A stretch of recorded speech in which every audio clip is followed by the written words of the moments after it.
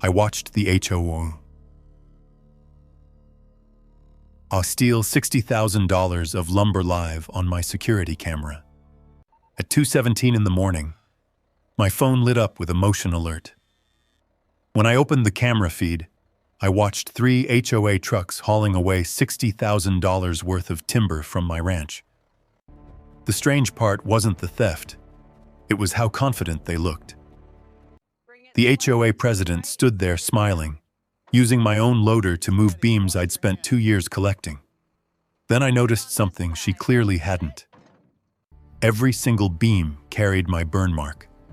What started as stolen timber turned into a trail of fake documents, secret land deals, and a plan to take far more than wood.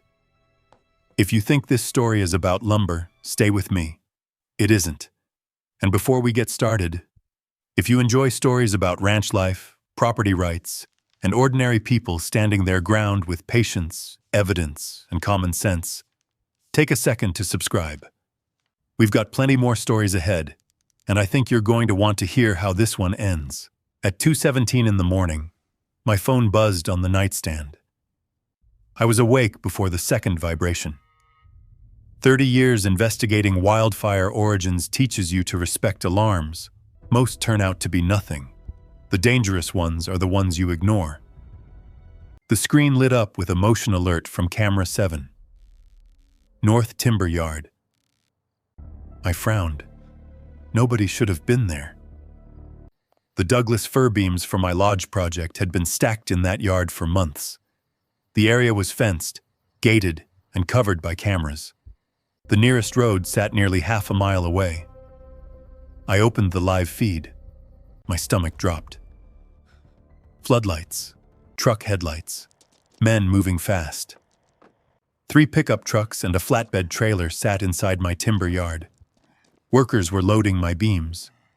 Not random lumber. My beams. The 60 Douglas fir timbers I'd spent nearly 2 years selecting, purchasing, transporting, and storing. Every one of them had a burn mark branded into the end grain. EC-17, my mark, my inventory system, my proof of ownership. The beams were supposed to become the frame of a memorial lodge overlooking Flathead Lake. It was the last project my wife and I had planned together before cancer took her 3 years earlier. And somebody was hauling them away in the middle of the night. I zoomed in. One beam disappeared onto the trailer. Then another. Then another. The workers weren't rushing. That bothered me.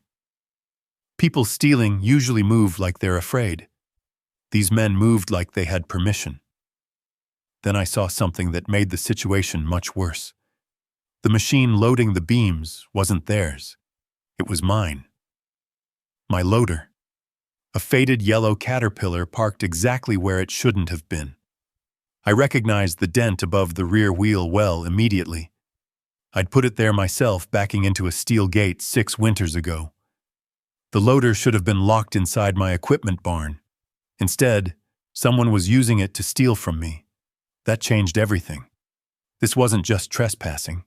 Someone had broken into my barn, stolen my equipment, and organized a full-scale removal operation. I was already out of bed.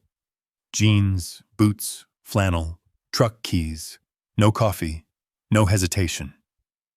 By the time I reached the driveway, I had the camera feed playing through my phone again. The trailer looked nearly half full. I accelerated down the ranch road. Moonlight reflected off the lake to my left. Fence posts flashed past the headlights. The feed kept running. The workers kept loading. Then I spotted someone standing near the trailer. A woman. Clipboard. White jacket. Confident posture.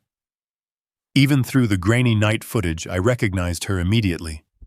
Diane Whitmore, president of the Lakeshore Pines HOA. I actually laughed. Not because it was funny, because it was ridiculous. My ranch wasn't part of Lakeshore Pines. Never had been. When I bought the property 8 years earlier, I paid extra specifically to avoid HOA control. Different parcel, different access road, different legal boundaries, no shared amenities, no common ownership. Nothing. Yet there she was, standing in my timber yard like she owned the place. As I drove, pieces started falling into place. The complaints, the letters, the surveys. Over the past year, Diane had become increasingly interested in my shoreline. Questions about dock permits, questions about future development, questions about property access. I'd ignored most of it, because none of it was her business. Apparently, she disagreed. The ranch road curved toward the timber yard. I killed my headlights 100 yards short of the gate. The live feed showed the workers still loading. Nobody appeared nervous. Nobody looked worried. That told me something. They believed they were protected. I parked, stepped out, and immediately noticed the gate hanging partially open. The chain had been cut. Fresh metal glinted in the moonlight. Bolt cutters. I walked through. The crunch of gravel under my boots finally got someone's attention. One worker froze. Another turned. Then the entire operation seemed to stop at once. Engines idled, chains rattled, conversations died. The loader bucket hung suspended in the air holding one of my beams. I kept walking. No shouting, no threats. Just walking. Years investigating fires had taught me something valuable. People reveal more when you stay calm. Diane turned first. She looked annoyed. Not surprised. Annoyed. Like I'd interrupted something important. "Mr. Calloway," she said. Smooth voice. Perfectly controlled. As though we were meeting at a charity fundraiser instead of my property at 2 in the morning. I stopped beside the loader. Looked at the beam hanging in the bucket. EC-17. My burn mark. Then I looked at Diane. "That's my timber." A small smile appeared. Not nervous, not guilty, confident, actually confident. "Good evening, Ethan," she said. No apology, no explanation, nothing, just confidence. The kind that comes from believing you've already won. Behind her, workers exchanged uncertain looks. The loader engine continued idling. I noticed paperwork tucked beneath her arm. Several pages. Official looking. County seal visible on the top page. Interesting. Very interesting. Because nobody who knows they're stealing property brings paperwork. Diane slowly adjusted the folder under her arm. Then she smiled wider. "You should have received notice by now." The sentence hit me harder than the theft. Not because I understood it, because I didn't. Received notice of what? I looked around. My loader, my timber, my land. My gate cut open. And standing in the center of it all was Diane Whitmore, acting like she had every legal right in the world to be there. That was the moment I realized this wasn't a midnight theft. This was something bigger. And whatever game Diane thought she was playing had started long before tonight. I looked at the paperwork tucked beneath her arm. Then I looked at the trailer loaded with my timber. Nobody was acting like they were caught. That bothered me more than the theft itself. People doing something illegal usually avoid attention. Diane Whitmore looked like she expected applause. I pointed at the folder. "What notice?" Without hesitation, she pulled out the top document and handed it to me. County seal, official formatting, multiple signatures. The words looked legitimate at first glance. Then I saw the title, Emergency Environmental Management District Authorization. I read it twice. Still didn't make sense. The document claimed that a newly established environmental management district now covered portions of shoreline surrounding Flathead Lake, including my property. My parcel number sat right there on the page, typed correctly. Every digit, every acre. I felt something cold settle into my stomach. Not fear. Recognition. Somebody had done research. A lot of research. You broke my gate, I said. You stole my loader. Diane folded her arms. The equipment is being used for a lawful recovery operation. I actually laughed. Several workers looked uncomfortable. Good. At least somebody here still understood reality. Lawful recovery? I held up the paperwork. This doesn't give you ownership of my timber. Tom Whitmore stepped forward. I hadn't even noticed him standing near the second truck. Tall, expensive jacket. The confidence of a man used to signing things other people obeyed.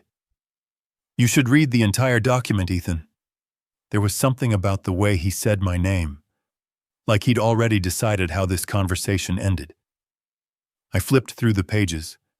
Most of it looked like bureaucratic language: environmental review, protected shoreline management, resource preservation. Then I found the line that stopped me. Section 14-C, Temporary Seizure Authority for Non-Compliant Construction Materials. My eyes narrowed.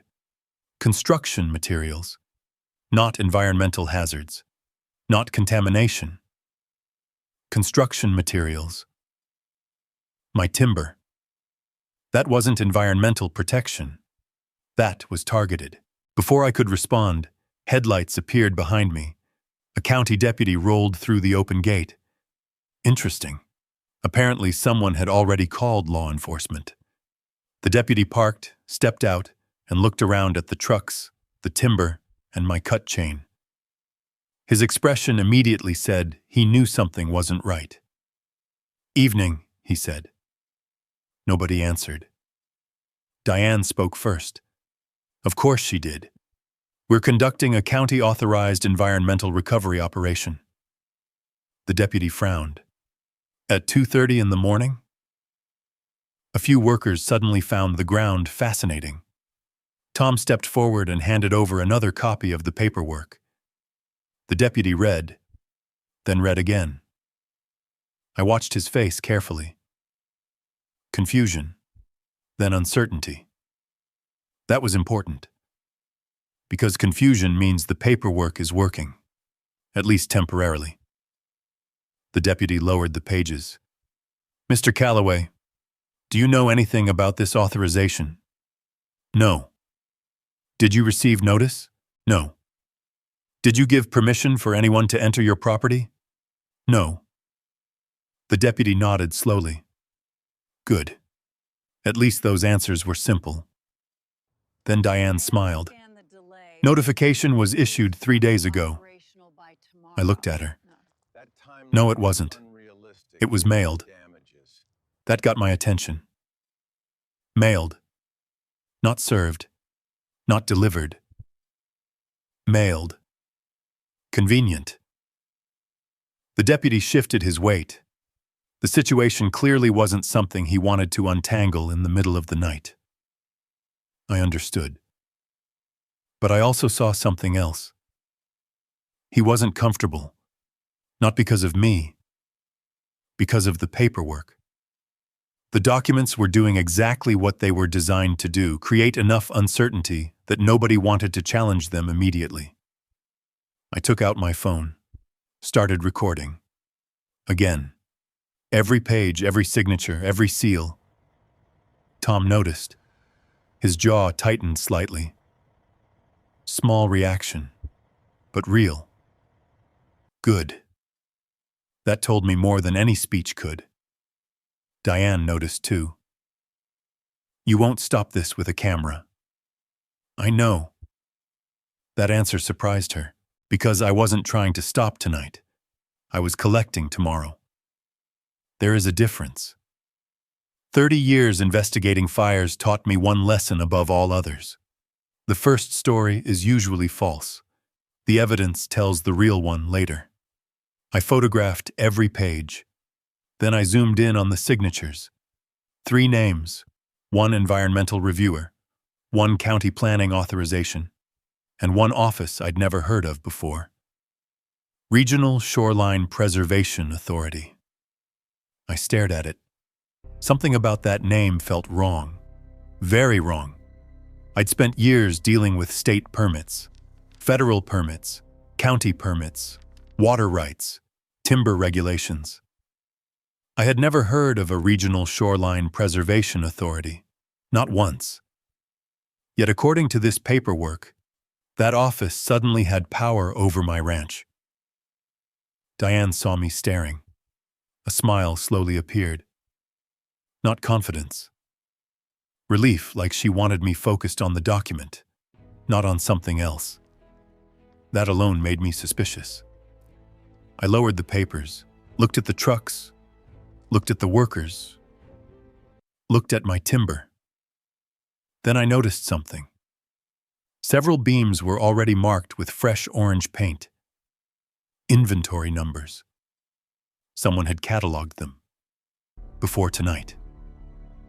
My pulse slowed. Not accelerated. Slowed. Because now I knew. This operation hadn't been organized in a few days. It had been planned for weeks, maybe months. The deputy finally handed the paperwork back. I suggest everybody stop for the night until this gets clarified. Tom immediately objected. We're operating under county authority. The deputy didn't back down. Then you can continue after daylight. For the first time all night, Diane's smile disappeared. Only for a second. But it disappeared. That told me everything. They were on a schedule. And somehow, I had just interrupted it. As the workers began shutting down equipment, I folded the paperwork and slipped it into my jacket. Because one question now mattered more than anything else. If this document was fake, who inside the county helped create it? That question stayed with me the entire drive home. The timber trucks left before sunrise. The deputy made sure of that. Diane Whitmore wasn't happy about it. Tom Whitmore looked even less pleased. Neither one argued much. That was interesting. People with legitimate authority usually defend it. People using borrowed authority tend to avoid scrutiny. By 7:30 that morning, I was parked outside the county records office. The document from the night before sat folded in my jacket pocket. I wanted answers, and I knew exactly who to ask. Cole Mercer, county land attorney, 48 years old. Sharp mind, careful with words. The kind of lawyer who read every page before signing anything. We weren't close friends, but we'd worked together years earlier during a wildfire easement dispute. If anyone could tell me whether a regional shoreline preservation authority actually existed, it was Cole. He took one look at the paperwork and frowned. That was the first encouraging thing I'd seen since 2 a.m. Where'd you get this? HOA president tried using it to steal $60,000 worth of timber. Cole looked up. You serious? Very. He didn't laugh. That told me he understood the stakes. Cole carried the document into a back office and began searching county records. 5 minutes passed. Then 10. Then 15. Finally, he came back holding several printed pages. His expression had changed. Not confusion, concern. Something's wrong. I nodded. I figured. No. He tapped the document. I mean legally wrong. That got my attention. Cole spread records across the desk. The environmental review cited here was filed 11 days ago. I leaned forward. So? So county reviews usually take months. Interesting. He pointed again. This approval passed through 3 departments in 48 hours. I stared at the dates. He was right. Planning, environmental review, land management. Everything moved almost instantly. That alone was unusual. Then Cole pointed at another line. Look here. I followed his finger. The approving office. Regional Shoreline Preservation Authority. The same office that bothered me last night. Cole shook his head. There's just one problem. What? We don't have one. I sat back. For the first time all morning, I felt genuine satisfaction. Because instincts matter. And mine had been screaming since I first read the name. What do you mean we don't have one? I mean it doesn't exist. The room went quiet. That mattered. A lot. Because fake paperwork is one thing. Creating an entirely fake government office is something else entirely. I looked down at the document again. County seals. Official formatting. Signatures. Parcel references. Everything looked real. Yet the authority behind it didn't exist. Somebody had built this carefully. Very carefully. Before I could ask another question, my phone buzzed. Sam Grayson, my nearest neighbor. I answered immediately. Ethan. His voice sounded uneasy. You got a minute? Depends. You remember the Morgan place? That got my attention. The Morgan Ranch sat 2 miles north of mine, or at least it used to. The family sold it last year. What about it? Long pause. Then Sam said something that made me sit up straighter. Did you know they were building a lodge before they sold? I didn't. Nobody had mentioned that. Sam continued. They had permits, architects, financing, everything. I exchanged a look with Cole. Then what happened? Permit delays. My jaw tightened. Sam wasn't finished. Then shoreline reviews. Then environmental complaints. Then access disputes. I already knew where this was going. 6 months later, the Morgans abandoned the project. A year later, they sold. Below market value. Fast. Quietly. I thanked him and ended the call. Neither Cole nor I spoke for several seconds, because suddenly the timber theft wasn't standing alone anymore. A pattern was emerging. Failed projects, delayed permits, pressure, forced sales. I looked at the fake authority document, then at the approval dates, then at the parcel number attached to my property. The pieces weren't fitting together perfectly yet, but they were getting closer, very close. That's when my phone buzzed again. Unknown number. No name, no introduction, just a single text message. We need to talk. My pulse slowed. People expect panic when something feels dangerous. Experience teaches the opposite. Slow down. Observe. Think. I typed back. Who is this? The response arrived almost immediately. Someone who doesn't want to lose their property next. I stared at the screen. Then another message appeared. Tonight. 8:30. South Boat Launch. Come alone. The typing bubble disappeared. No name. No explanation. Nothing. I read the messages twice, then showed them to Cole. He frowned. You trust it? No. Going? Absolutely. Because whoever sent that text knew something. Maybe about Diane. Maybe about Tom. Maybe about the fake authority. Maybe about why my timber had been marked before anyone touched it. What mattered was this. Somebody inside their circle was nervous, and nervous people make mistakes. I slipped the phone back into my pocket. Outside the courthouse window, trucks rolled through town. Normal morning traffic. Normal people. Normal lives. Yet somewhere inside this county, somebody had created fake authority, forged legitimacy, and tried to use it to seize private property. And now someone from the inside wanted to talk. The only question was whether they were bringing answers or a warning.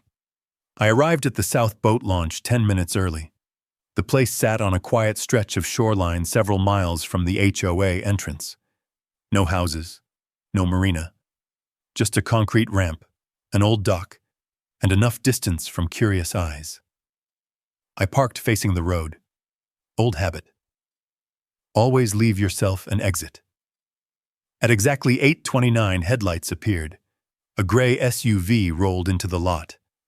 The driver stayed inside for several seconds, watching, evaluating. Then the door opened. A woman stepped out. Mid-30s, dark jacket, nervous posture. I recognized her immediately. Sarah Jensen, member of the Lakeshore Pines HOA board. Interesting. Very interesting.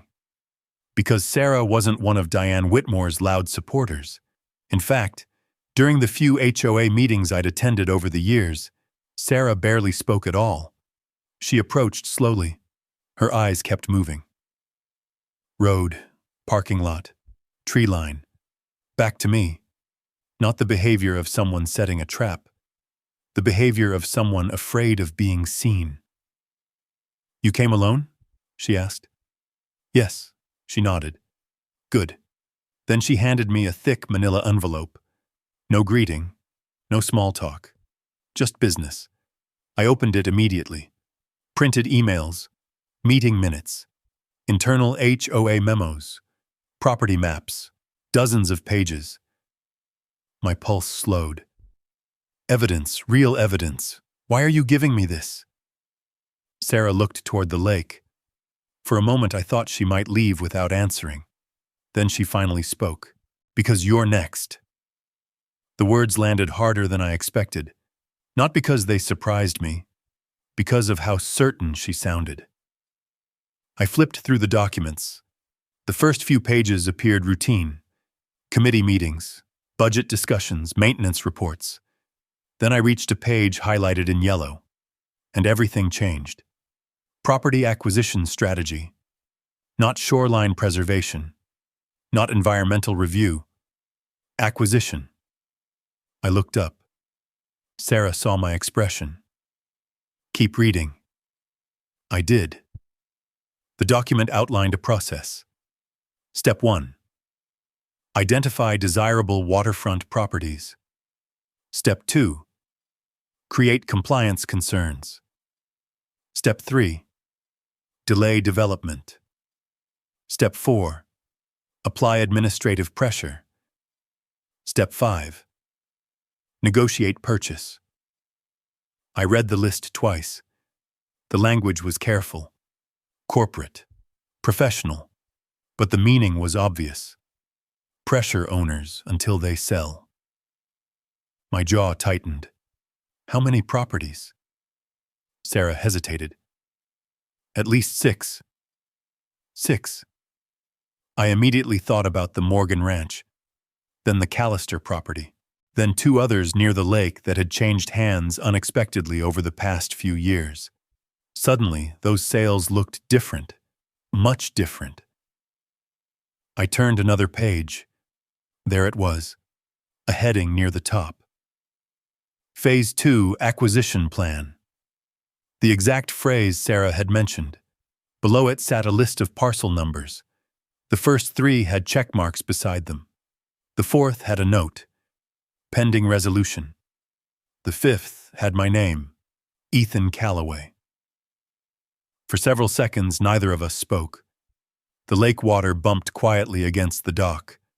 Somewhere across the shoreline, a truck passed on the highway. Normal sounds. Normal night. Yet sitting in my hands was proof that somebody had planned an attack on my property long before my timber disappeared. I looked at Sarah. "How long has Diane been doing this?" "Years." "Tom too?" Sarah nodded immediately. That answer came too fast to be uncertain. Diane handles the HOA. Tom handles the county connections. The puzzle pieces were starting to lock together. Fake authority, accelerated approvals, parcel targeting, stolen timber. None of it was random. None of it was about environmental protection. The timber wasn't even the objective. The timber was leverage, a way to stop construction, a way to delay my lodge, a way to increase pressure. Because unfinished projects create vulnerability, financial vulnerability, legal vulnerability, eventually emotional vulnerability, exactly the kind that pushes people to sell. Sarah watched me process everything. Then she said something that changed the entire case. The lodge isn't what Diane wants. I looked up. What does she want? Your shoreline. That answer made perfect sense. My property controlled nearly a mile of private waterfront, deep water access, protected coves, development potential, things far more valuable than timber. The lodge had simply been standing in the way. I opened another document. This one contained internal correspondence. One email stopped me cold. Subject line, Callaway Parcel Opportunity. Diane's name appeared beneath it. The message was short. Once construction delays begin, valuation pressure should increase significantly. I stared at the words. Not a misunderstanding. Not an HOA dispute. A strategy.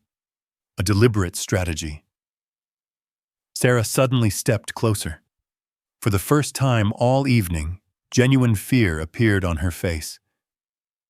You need to be careful. Why? Because she knows people talk. I held her eyes. Diane? Sarah nodded. If she finds out these records left the board files. She didn't finish the sentence. She didn't need to. The implication was clear. Diane protected her operation, aggressively. I slid the documents back into the envelope. What happens next? Sarah laughed softly. No humor in it. Honestly? Yes. She'll push harder. That answer didn't surprise me. People like Diane don't retreat when challenged. They escalate. Because escalation has worked before. The difference now was simple. For the first time, I knew what game she was actually playing. And more importantly, I had proof. Sarah turned toward her SUV, then stopped. One final hesitation. One final warning. Ethan. I waited. Her voice dropped. Diane doesn't care about the timber. I know. Sarah shook her head. No. Her eyes met mine. You don't understand. Then she pointed toward the envelope. She wants the land underneath it. Before I could ask another question, she got into her SUV and drove away, leaving me alone at the boat launch, alone with a folder full of evidence. And one realization that changed everything. The stolen timber was never the real target. My ranch was. I drove back from the boat launch with Sarah's documents sitting on the passenger seat. For the first time since the timber disappeared, the entire situation made sense. Not every detail, not every player, but the objective. Diane Whitmore wasn't trying to steal lumber. She was trying to stop my lodge. The lodge was simply standing between her and a mile of private shoreline. The next morning, I met Cole Mercer in his office. I spread Sarah's documents across the conference table. He read them in complete silence, page after page, email after email. When he finally finished, he leaned back. These people aren't running an HOA. I nodded. I know. They're running acquisitions. Exactly. That single word described everything. Acquisitions, not governance, not community management, not environmental protection. Land acquisition. Using pressure instead of purchase offers. Using delays instead of negotiations. Using bureaucracy instead of bulldozers.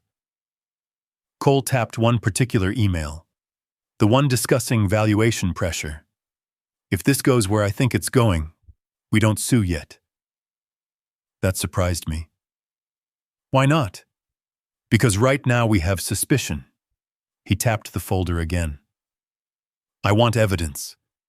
I understood immediately. The difference matters. Courts don't care what feels true. They care what can be proven. And Diane had spent years building systems designed to look legitimate.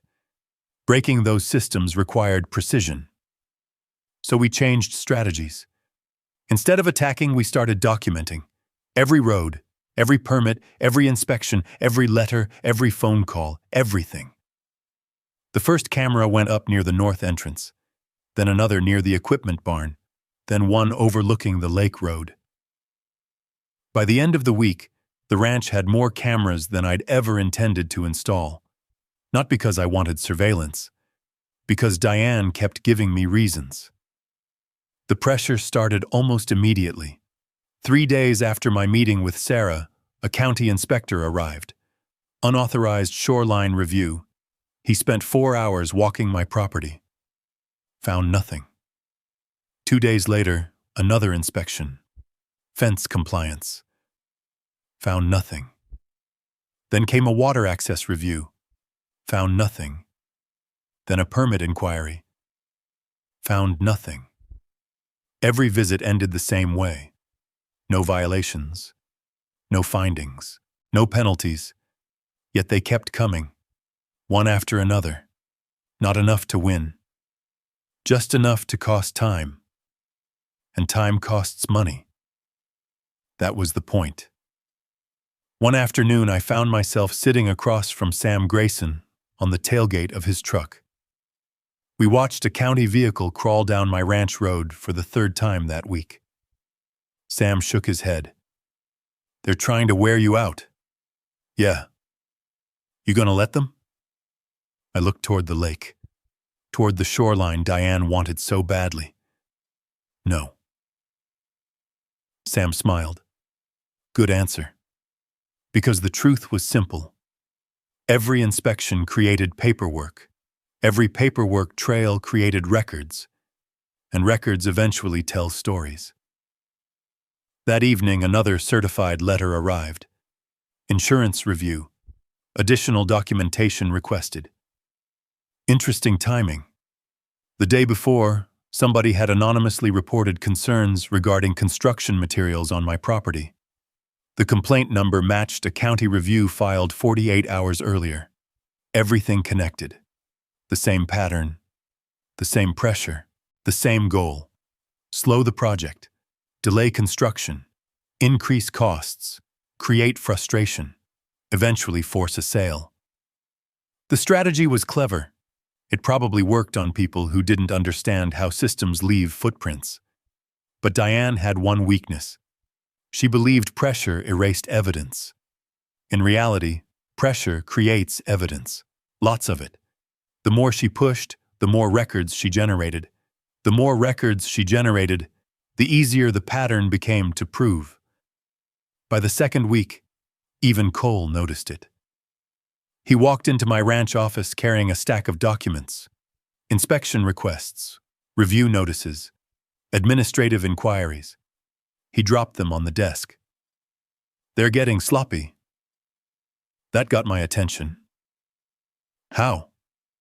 He pointed at dates. Several requests had been filed within hours of internal HOA meetings. Others referenced complaints submitted before the supposed incidents occurred. Mistakes. Small ones. But real. Pressure makes people careless. Even organized people.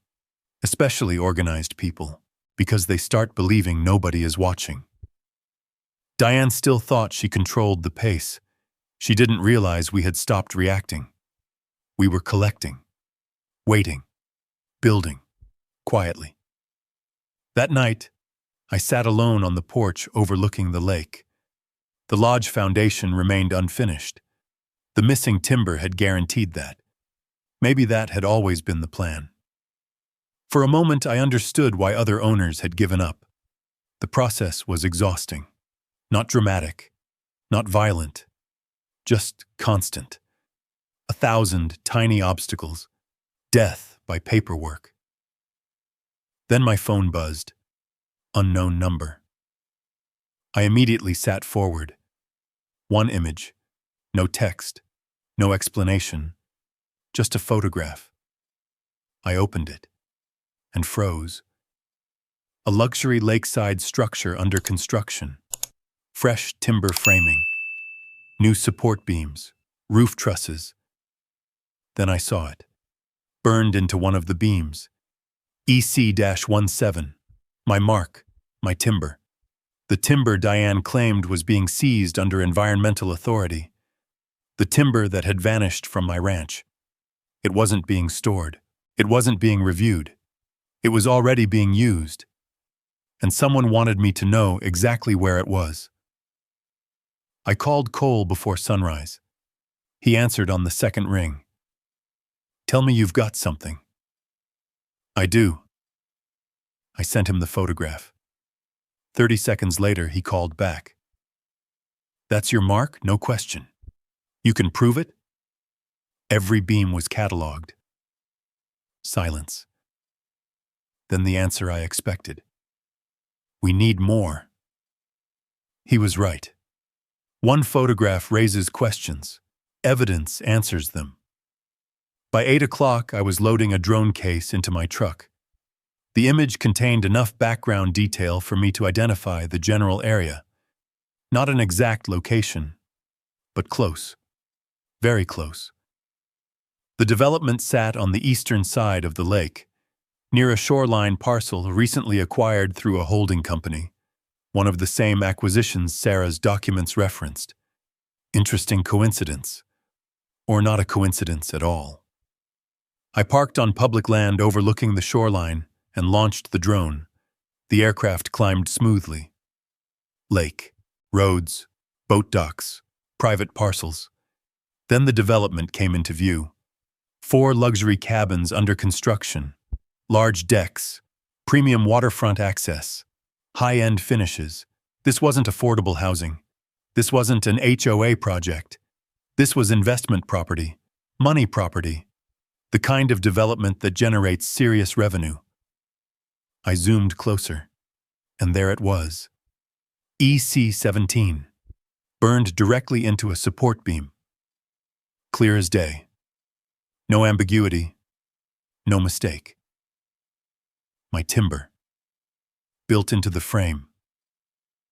I started recording. Wide angles, close-ups, construction equipment, material stacks, everything. Then I noticed something unexpected. A second burn mark. Not mine. Different lettering. Different branding style. I zoomed tighter. WH-03. I didn't recognize it. A third mark appeared, then a fourth, then another. My pulse slowed, because suddenly this wasn't just my case anymore. Several stacks of timber sat behind cabin 3. Every stack carried different ownership marks, different ranch brands, different inventory systems, different people. I stared at the screen, trying to process what I was seeing. Then it clicked. The Morgan Ranch, the failed projects, the forced sales, the acquisition strategy. This development wasn't built from one victim's materials. It was built from many. The realization hit hard. Because theft scales differently than disputes. A property disagreement affects one owner. A system affects everyone. I continued recording. One burn mark after another. Evidence. Lots of evidence. Then movement caught my attention. A black SUV pulled onto the construction site. The driver's door opened. Diane Whitmore stepped out. I immediately began zooming. She wasn't inspecting. She wasn't visiting. She was directing. Workers gathered around her. She pointed toward the unfinished structures, then toward the timber stacks, then toward a set of blueprints. Authority, ownership, control. Not the behavior of someone helping an HOA. The behavior of someone running a project. That mattered, because Diane's entire public defense depended on one argument: environmental compliance. Yet here she was standing inside a luxury waterfront development built with seized materials. The contradiction was enormous. My phone buzzed. Cole. I answered while keeping the drone stable. What have you got? I emailed several screenshots. A minute later, he called back. His voice sounded different, sharper, more focused. Those other burn marks, I saw them. Can you identify them? Not yet. Cole paused, then said something important. If we can find the owners, this becomes a pattern. Exactly. And patterns are dangerous in court, because isolated incidents can be explained away. Repeated conduct cannot. I continued filming. Then another vehicle arrived. A county truck. Official markings. The driver stepped out carrying rolled plans, notepads, survey documents. I zoomed further. The face came into focus. I recognized him immediately. One of the planning officials listed on the fake shoreline authorization. That changed everything. Now county personnel were appearing inside a development connected to Diane Whitmore. A development containing my timber. And somebody else's. And somebody else's. And somebody else's. The circle was getting smaller, fast. I spent another hour gathering footage before bringing the drone home. Back at the ranch, I reviewed everything frame by frame. The evidence looked even better on a larger screen. Ownership marks, construction activity, county involvement. Diane directing operations. Then I found something that made me stop. A timber stack near the rear of the property, partially covered, easy to miss, but visible enough. Several beams carried fresh paint markings, inventory numbers, the same style I'd seen on my timber the night Diane arrived at my ranch. Cataloged, organized, prepared. This wasn't a one-time operation. It was inventory management, a system. The realization sat heavy, because systems don't appear overnight. They require planning, time, resources, protection. I forwarded the complete drone footage to Cole. 10 minutes later, he called. This is bigger than we thought.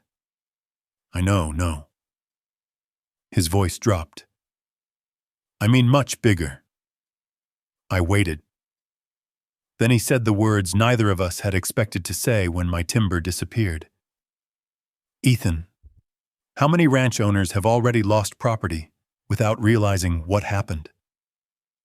I looked back at the screen, at the different burn marks, the different brands, the different victims. And for the first time, I realized Diane Whitmore might not be running an HOA dispute. She might be running an entire business.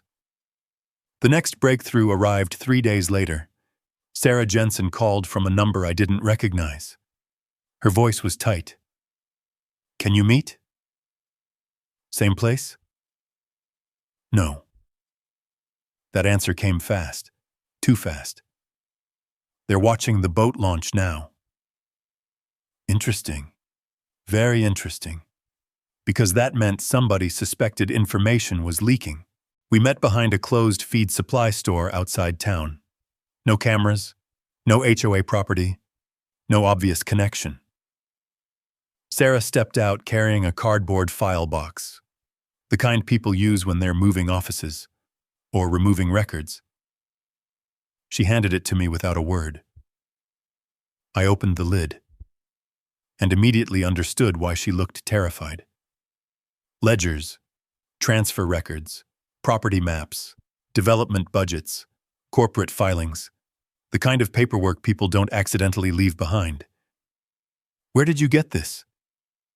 Sarah swallowed. Board archives. I looked at her. These were in HOA files? She nodded. That alone was a problem, because none of the documents belonged there. HOA boards manage roads, landscaping, maintenance, community issues, not private acquisition strategies, not development financing, not shell companies. I pulled out the first ledger. The cover carried a simple title: Lakeshore Development Holdings. Not Lakeshore Pines HOA. Not community management. development, a completely different operation. I started turning pages, parcel numbers, purchase targets, construction schedules, projected valuations. Then I found something that made me stop. A chart. Simple, efficient, disturbingly organized. Target property, compliance action, development delay, acquisition window, final transfer. I looked up. Sarah didn't need to explain. The chart explained itself. They identified land, created pressure, forced delays, then purchased the property after values dropped. Over and over. The Morgan Ranch appeared, then the Callister parcel, then 3 more waterfront properties, every name connected to a failed project, every failed project connected to a later sale. My ranch appeared near the bottom. Status? Active. I felt my jaw tighten. Not anger, something colder, because I wasn't looking at a dispute anymore. I was looking at a business model, one built around manipulating property owners. The next document was worse. Corporate filings, several LLCs, different names, different addresses, same officers. Tom Whitmore appeared repeatedly, not always directly, sometimes through management companies, sometimes through holding entities, but always there, always connected. The deeper I dug, the clearer the pattern became. The HOA created pressure. The holding companies purchased land. The development company built luxury projects. Different logos, different names, same people. Then I found the page that changed everything. A transfer ledger, columns, dates, payments, approvals. One entry carried a handwritten note. Environmental authorization secured. Another, shoreline review expedited. Another, acquisition path cleared. My stomach tightened. Because somebody wasn't merely influencing county processes. Somebody was coordinating them. I looked at Sarah. Who else has seen this? No one. Not even Diane? I don't think so. The uncertainty bothered me. Because if Diane knew these records were missing, things would escalate quickly. Sarah seemed to read my thoughts.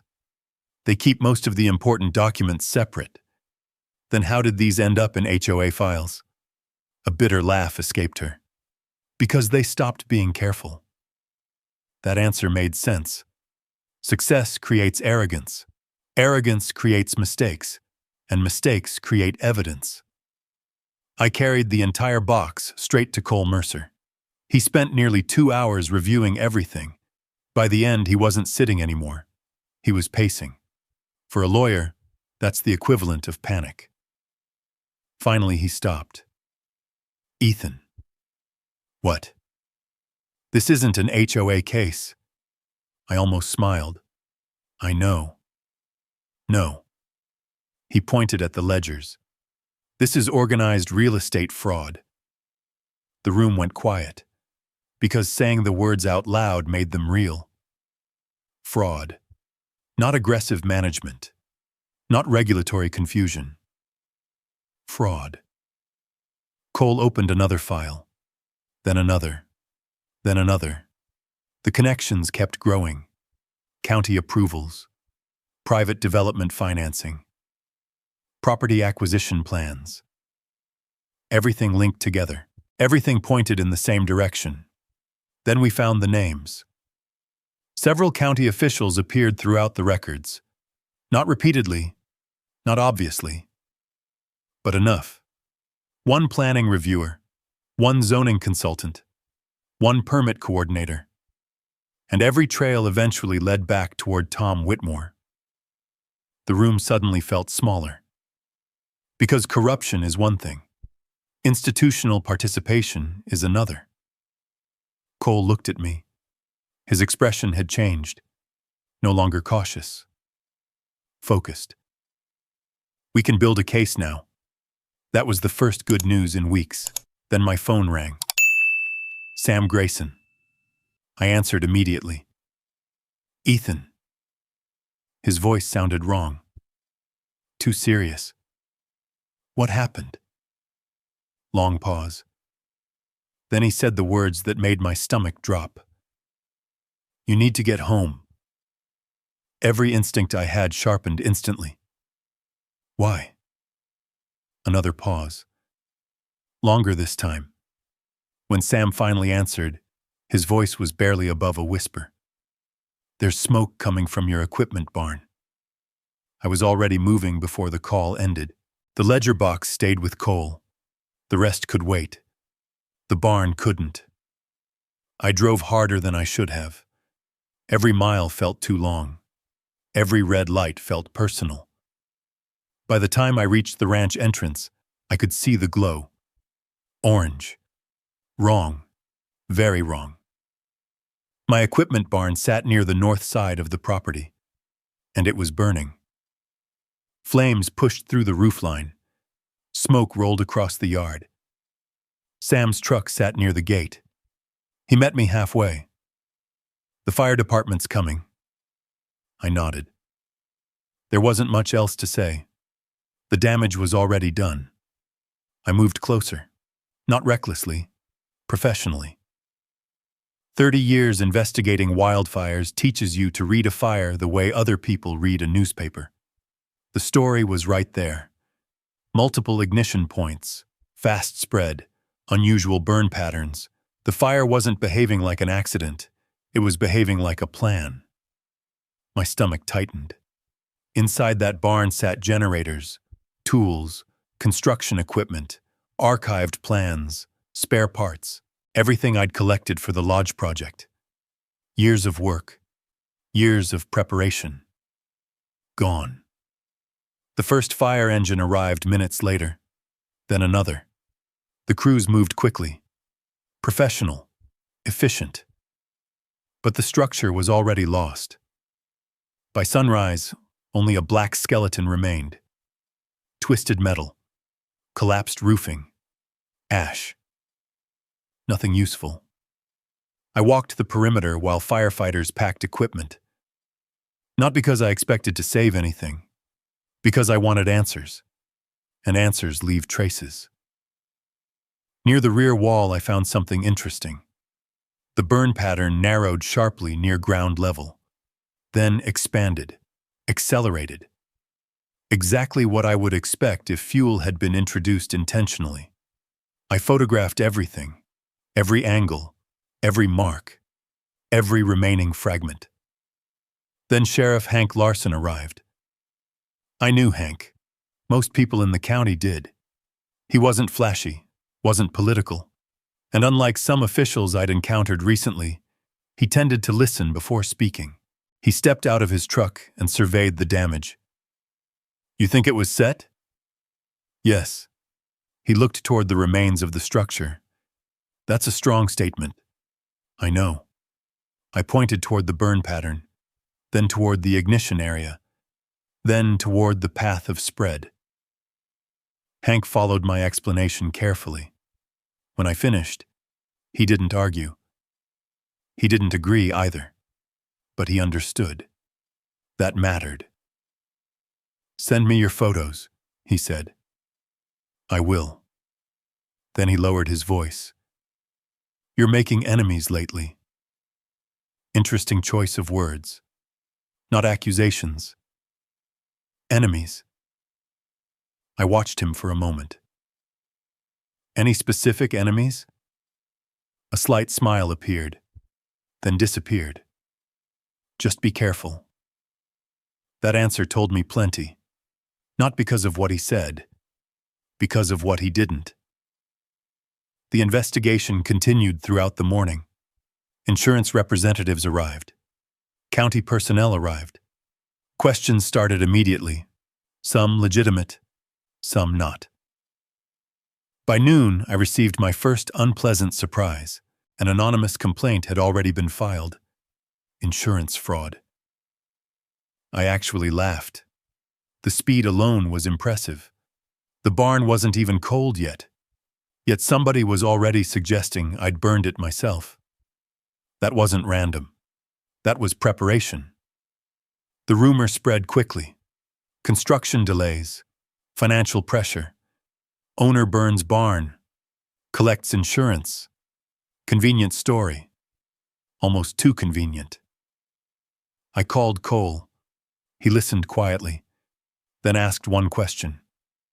Who benefits if your project stops completely? The answer was obvious. Diane Whitmore. The lodge remained unfinished. The timber was gone. Now the equipment was gone too. Every setback pointed in the same direction. Pressure. More pressure. Always pressure. By late afternoon, Rachel arrived. Cole had brought her into the case earlier that morning. Rachel specialized in property litigation and regulatory fraud, the kind of attorney people hire when paperwork becomes a weapon. She spent 30 minutes reviewing the scene, then another 20 reviewing photographs from the drone. Then she asked to see Sarah's documents. An hour later, we sat at my kitchen table surrounded by evidence. The room was quiet. Not hopeless. Focused. Rachel finally closed the last folder. They've escalated. I nodded. I noticed. No. She tapped the ledger, then the drone photos, then the barn report. They're trying to break your timeline. That got my attention. What do you mean? The lodge. She pointed toward the lake. The longer construction stays frozen, the more pressure builds. She wasn't wrong. Loans, permits, materials, contractors, everything becomes harder with delay. Rachel looked directly at me. That's the strategy. The realization settled heavily across the room. Not theft, not vandalism, not even the fire. The real weapon was delay. Delay creates exhaustion. Exhaustion creates surrender. That's what happened to the other owners. One by one, project by project, property by property. Rachel gathered several files into a stack. We're done reacting. I looked at her. What does that mean? It means we stop defending. For the first time all day, a small smile appeared. We start building a case. That was the shift. The moment everything changed, the barn was gone. The damage was real. But the evidence was growing faster than the losses. Then Rachel pulled out her phone. A message had just arrived. She read it. Then looked up. Her expression had changed. What is it? She slid the screen across the table. State investigators. Property Fraud Division. They were willing to review the case, but only under one condition. We had to connect the stolen timber to the broader acquisition scheme. And suddenly, finding my missing beams wasn't enough anymore. We had to prove the entire operation. The next 10 days moved fast. Rachel coordinated with the State Property Fraud Division. Cole organized the land records. I built timelines. Sam contacted former property owners. And Sarah kept feeding us information whenever she could do it safely. For the first time since Diane appeared in my timber yard, the pressure shifted. Not completely, but enough. Because we were no longer guessing. We were proving. The first breakthrough came from the drone footage. Rachel matched several parcel numbers from Sarah's ledgers to developments hidden behind different LLC names, different companies, different addresses. Same financial trail. Eventually, every road led back to Diane Whitmore and Tom Whitmore. The second breakthrough came from former owners. 3 separate ranchers described nearly identical experiences: permit delays, environmental reviews, compliance disputes, construction interruptions, then sudden purchase offers. The pattern repeated too perfectly to be coincidence. State investigators agreed. That was when the warrants started moving. Quietly, professionally, without county involvement. Rachel insisted on that point. We don't know how many local offices are compromised. She was right. The fewer people who knew, the better. Then Sarah called. For the first time, she sounded genuinely scared. They're moving records. I sat upright. What records? Everything. The answer came immediately. Financial files, project plans, acquisition documents. My pulse quickened. Where? Long pause. Then she gave us an address. A private mountain development nearly 20 miles north of the lake. Not one of the luxury cabins. Something larger. Much larger. Rachel immediately passed the information to the state investigators. By dawn the next morning, vehicles were already moving. The operation happened fast, exactly the way it needed to. No warnings, no public announcements, no leaks. Just investigators, warrants, and evidence teams. I arrived after they secured the site.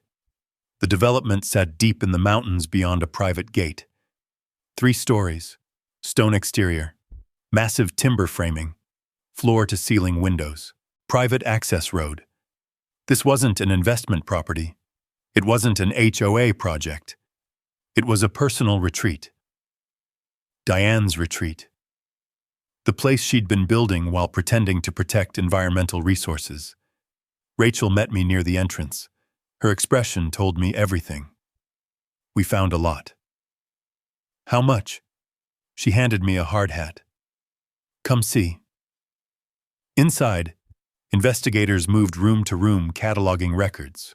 Boxes, ledgers, contracts, parcel files, permit correspondence, evidence everywhere. The operation was bigger than even we expected. One investigator wheeled out a cart loaded with financial records. Another carried property maps. A third photographed internal acquisition plans, years of documentation, years of strategy, years of fraud. Then I saw it. The beam. The one thing Diane should never have touched. It stretched across the great room above a stone fireplace. 30 feet long, perfectly finished, impossible to miss, and burned into the end grain sat 3 familiar characters, EC-17, my mark, my beam. The centerpiece support beam I'd selected for the Memorial Lodge. The beam Diane had stolen from my ranch. The beam now holding up her private mountain retreat. For several seconds, I simply stared at it. Not because I was angry, because it was so unbelievably reckless. Everything else in the case required explanation. Financial trails, corporate records, permits, approvals. But that beam told the entire story by itself. Rachel stepped beside me. You okay? I nodded slowly. She actually used it.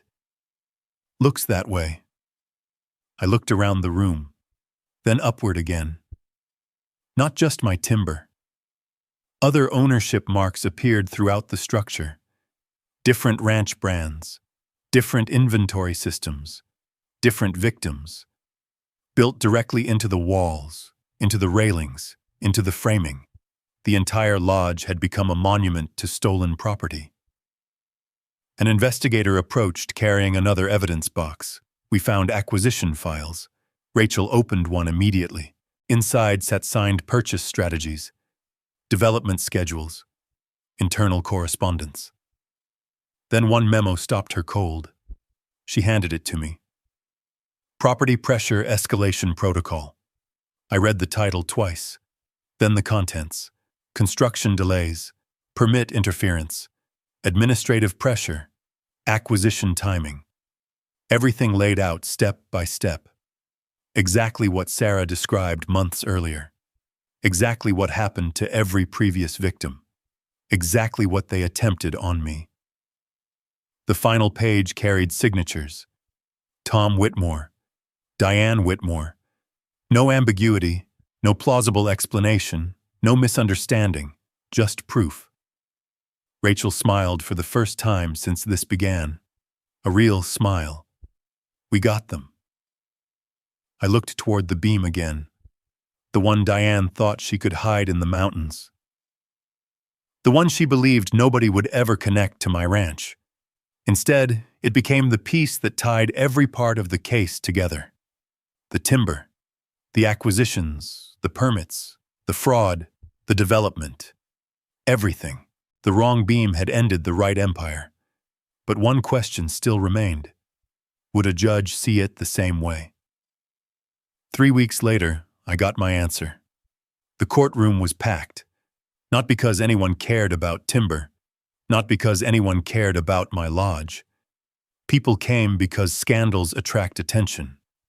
And by then, the Lakeshore Pines story had become the biggest scandal in the county. Property fraud, false environmental authority, questionable county approvals, multiple victimized landowners, a luxury mountain lodge built from stolen materials. The story had grown far beyond me. I sat beside Cole Mercer and Rachel as evidence box all behind us. Every document mattered. The ledgers, the drone footage, the acquisition plans, the inspection records, the photographs from my timber yard, and above all else, the ownership registry proving exactly where every stolen beam came from. Judge Rebecca Sloan entered promptly at 9. No nonsense. No wasted time. The kind of judge who cared more about facts than speeches. That worked fine for me. Facts were the strongest thing we had. The state investigators presented first. Methodically. Patiently.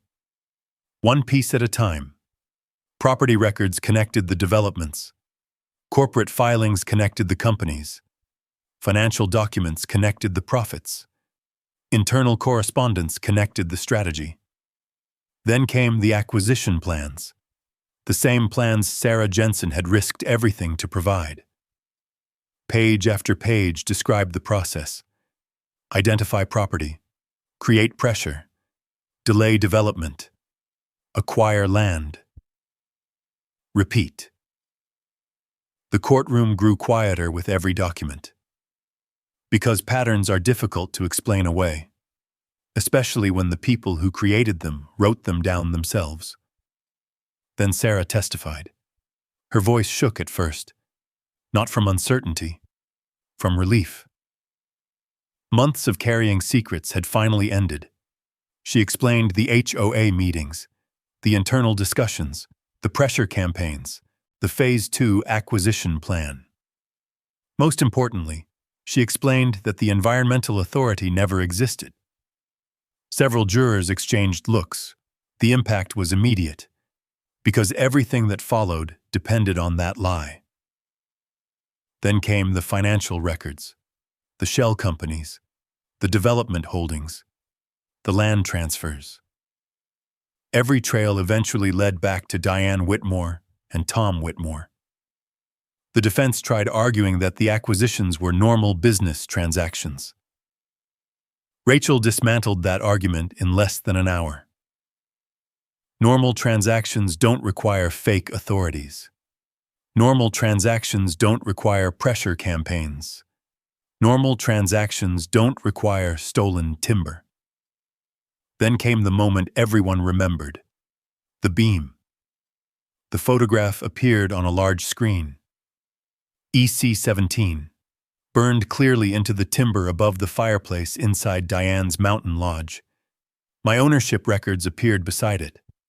Purchase records, inventory logs, photographs, construction plans, every link in the chain. Unbroken. Undeniable. Judge Sloan studied the image for a long moment. Then she looked toward Diane. Do you dispute ownership of this beam? Diane's attorney stood, objected, redirected, delayed. But the answer never came, because there wasn't a good one. The beam belonged to me. Everyone in the room knew it. The defense shifted toward blaming contractors, then consultants, then administrative misunderstandings. Each explanation collapsed faster than the last. The documents wouldn't allow another story. By the end of the second day, even Tom Whitmore looked defeated. The paperwork had become too overwhelming, too connected, too complete. The final ruling arrived the following afternoon. Judge Sloan didn't rush. She reviewed every finding carefully. Then she began reading. Fraudulent approvals were voided. The fabricated environmental authority was declared invalid. Property actions taken under its authority were reversed. Several developments were placed under review. Compensation was awarded to affected property owners. The Lakeshore Pines HOA lost its enforcement authority pending restructuring. Tom Whitmore faced referrals related to the approval process. Diane Whitmore faced findings tied directly to the fraudulent acquisition strategy. One ruling after another. One collapse after another. Years of pressure. Years of manipulation. Years of pretending authority existed where it didn't. Gone. Just gone. The courtroom remained silent until the very end. Then Judge Sloan turned one final page. The timber removed from Mr. Calloway's property shall be returned where practical. I felt Rachel smile beside me. The judge wasn't finished. Additionally, any remaining disputed materials incorporated into the mountain lodge shall be cataloged and restored to their verified owners. There it was. The beam, my beam. Coming home. 6 months later, construction resumed on the lodge beside the lake. The shoreline looked exactly the way my wife and I had imagined years earlier. Quiet. Open. Honest. The recovered beam rested on supports beside the foundation. EC-17 still visible.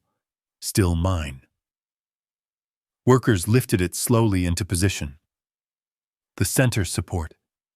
The most important beam in the entire structure. The same beam Diane had chosen for her mountain retreat. The same beam she thought nobody would ever trace wrong. Now it stood exactly where it belonged. I waited until the crew stepped away. Then I took out the branding iron. Not for ownership. That part had already been settled. For memory. I burned a single line beneath the beam, where nobody would ever see it unless the lodge was dismantled decades from now. Truth outlasts power. Then I stepped back. The crane lowered the beam into place. The connection locked. Solid. Permanent. Across the water, sunlight reflected off the lake. For months, people had tried to convince me this fight was about timber. It never was. The timber was evidence. The real fight had always been about ownership, about dignity, about refusing to surrender what was rightfully yours simply because someone powerful wanted it. Diane Whitmore built her plans on pressure, on delay, on exhaustion. She believed enough obstacles could make people abandon the truth. In the end, she made one mistake.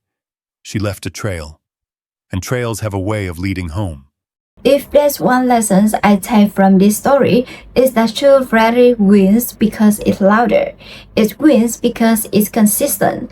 The answer plans depends on confusion, delays, and people getting tired enough to walk away. What ultimately stopped it wasn't a dramatic movement.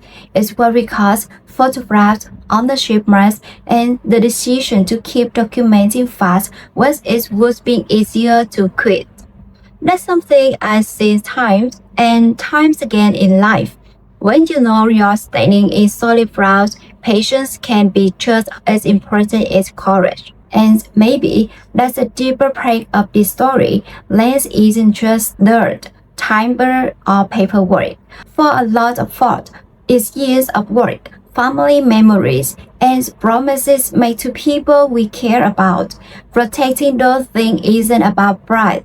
It's about responsibility. Sometimes the strongest thing a person can do is simply refuse to let the truth be rewritten. Now, I'd love to hear from you. Have you ever dealt with an HOA, a property dispute, or a situation where paperwork and persistence matter more than arguments? If you have, drop a yes in the comments. As if you believe standing your ground the right way still matters, type true below. I read as many comments as I can. and I always enjoy hearing your stories. And if you enjoy those stories about ranch fly, property rights, quiet perseverance, and everyday people refusing to give up, consider subscribing. There are plenty more stories ahead, and I'd be glad to help you along for the journey.